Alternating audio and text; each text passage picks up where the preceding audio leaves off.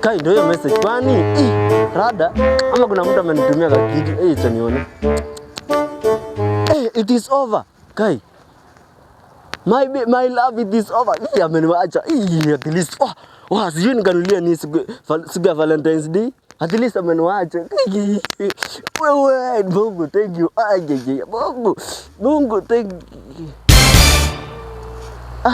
Ndole te anataka nini? Ama anakujia manguo? Naomba akujie manguo.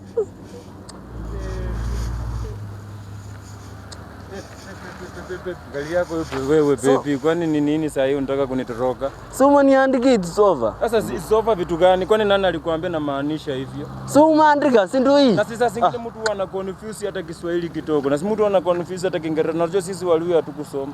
Msitaki hata Waluya. So umeniandika it's over. Vitu gani unaniambia? Kuna kitu kama hiyo. Mimi lazima tu ulikubali kukuwa boyfriend yangu na lazima ukuwe boyfriend yangu. Hakuna siwezi kubali tuachane hata na tao. Sasa unataka useme ilikuwa jokes. Ilikuwa jokes. Kwanza utanulia yako nini Valentine baby kwanza. Tumeanzia hapo sasa. Utanulia yako nini Valentine?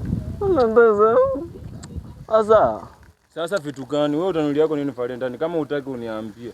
Mimi hata DJ Shiti alikuwa ananitaka. Nikamkataa.